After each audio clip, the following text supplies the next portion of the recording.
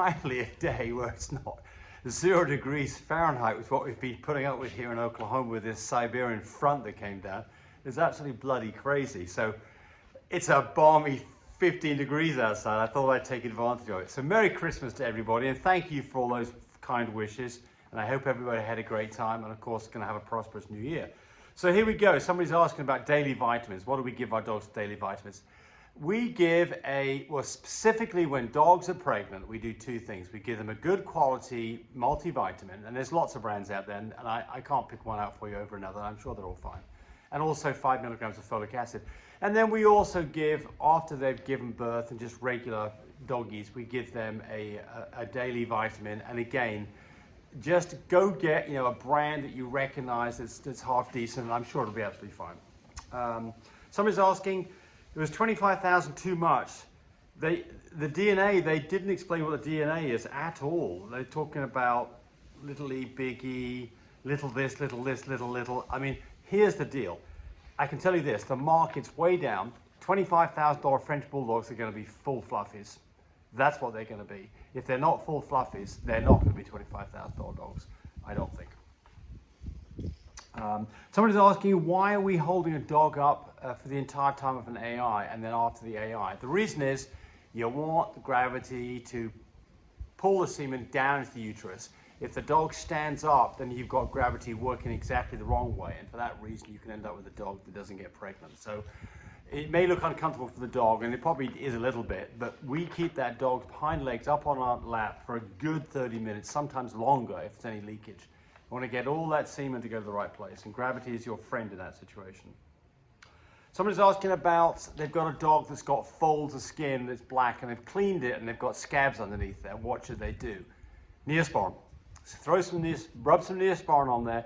Anytime that you have anything that's sore like that, just any kind of a cream can make a big difference when it's dried out to make you feel much better. It'll make you feel much better for your dog. So Neosporin is the right thing to do. Clean it. And probably the reason for the scabs is you're probably not cleaning it quick enough. And that's why she's getting scabs there. I mean, I'm not bashing you. I know how it is. But just get it wiped out. Clean it best you can. Get some Neosporin on those folds. And your dog will be better in a hurry.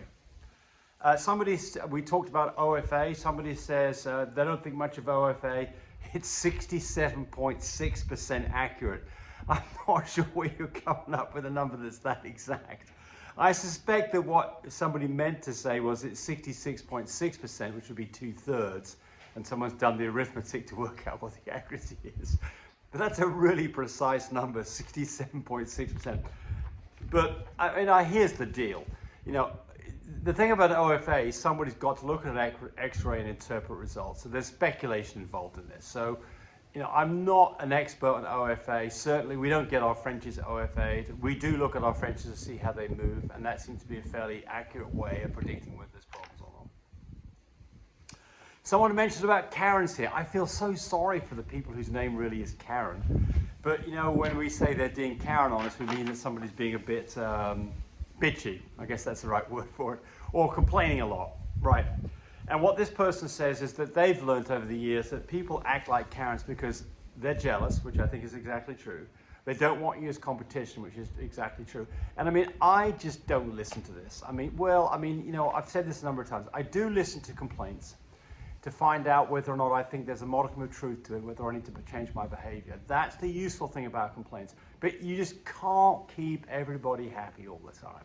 You just got to realize this. You just do the best you can. This is the way that I go about life. I want people to have a good experience when they interact with me. I want them to feel like it was a good deal, that they enjoyed my company, that they enjoyed being around me, that they enjoyed my information. And I want to be kind. That's it. I think if you can just follow those rules, you'll make 95% of the people happy, and that's about as best as you can ever achieve.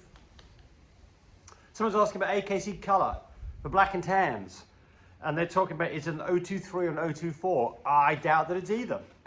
So the thing is, if you're looking at Frenchies, a black and tan is well, that may be an acceptable color in the ring. I don't know if that is on. No, almost certainly not because of the 10 points.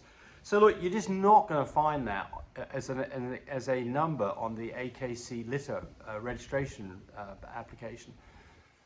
What do? Put down whatever's closest. If it's not a brindle dog, don't choose brindle. If it is a brindle dog, choose brindle. That's pretty much, if it's a cream dog, choose cream.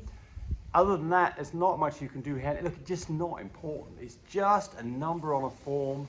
It's not going to change your AKC status. So you just got to remember that the AKC form is numbers that are appropriate to show in the show ring. If you've got a dog that can't show in the show ring, a blue dog, a chocolate dog, a lilac dog, a merle dog, a fluffy dog, a tan pointed dog, there's not a number in there that you're going to say, oh, that's the number I need, and it just doesn't matter. Someone's asking, what age should you start pulling from a boy dog, from a stud dog? And the answer is, at so the AKC says that you can get a breeding done at 7 months or older and they'll accept it. I've never had a 7-month-old dog that could do anything worth a diddly. But I do start at 7 months, and about every week or 2 weeks I start collecting from a dog, and I want the dog to have a good time with it. So the whole purpose of this is to put him around female dogs so he can see how to behave and give him a treat regardless of whether he was successful or not, and make the whole thing a pleasurable experience. And you will get to the point where he's just spitting out something that is almost clear, and you look under a microscope and there's really nothing in there. Then he'll start spitting out some stuff that has a bit of milkiness to it. You look under a microscope and you can see there's some live semen, and then he'll start to get some decent volume. How long will that take? Just depends. It might be that he'll start doing that by 8 months old, and he might be 11 months old, but typically in that kind of time frame you'll be getting somewhere with your dog. Somebody's here saying they don't understand the negative comments. Well, some people thrive on glasses that are half full, versus glasses that are half empty. The half empty people are the ones who make negative comments. They just go through life this way, and I feel sorry for them. They don't see a day like today where it's cold outside, but it's still a beautiful day, as opposed to it's cold outside, I want to stay inside. So those are those people, and just let them get on with it. Don't worry about it. Someone's asking about stud fees. You can always call Cody, 806. I remember the number now. 806. Good Lord, I can't even remember the number. What is his number? 806-664-0173. Cody's number. It's on the very beginning of these videos. Cody's the one who can tell you all about stud dogs, or you can call me, or either way will work. And then the last, there's 2 more to go, 3 more to go. Somebody's asking about it, so they had not seen KB on a report before. KB is brindle. So there's 3 things that can come back. KY, not brindle. That's the one that you want. KY, not brindle. KB or KBR. Some of these things you can't test for. Like I think KBR, and I may be wrong on this, but either way, if it comes back KB or KBR, you got yourself a dog that's got 1 copy of brindle or more, and that dog will throw brindle because it's a dominant gene. In my opinion, you don't want it. Swimmer puppies. At what age can you expect to see swimmer puppies, and when do you start treating it? So typically you'll see swimmer puppies sometime about the time they're getting their eyes open. And they're not getting up on their legs yet. So typically eyes open around 10 days old, they're getting up on the legs around 2 weeks old, and that is the transition point where you'll see big fat puppies, typically in small litters with mum's got lots of milk. They get over complacent, they don't have to fight for a nipple, and they will just do this swimming around business with their back legs splayed out. That is a swimmer puppy. It will develop a flat chest. That puppy needs to have its back legs taped up. It will do miracles on fixing this very quickly. If you don't do it, then that dog can have a flat chest, which can produce breathing problems and all kinds of complications. So you cannot do anything wrong by taping up a puppy's back legs. And I've got videos on this, but tape up the back legs and it will fix this in a hurry. If you leave this too long, it may not even be fixable. So get it done quick. Somebody's asking about white. So typically if you see a Frenchie that's got some white on its chest or white on its feet, not so much a blaze on the head, but the chest and the feet, most of the time it's got a copy of pied. That's what's going on. And one of the parents is a pied carrier, or one of the parents is pied. And so you'll see this white streaks on the chest or a white foot. Typically means pied. Not a problem, it's just dog has copy of pied. Thanks for watching the video.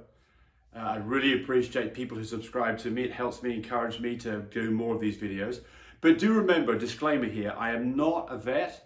I'm not a licensed medical professional. I'm purely a person who's been breeding dogs for the last couple of decades.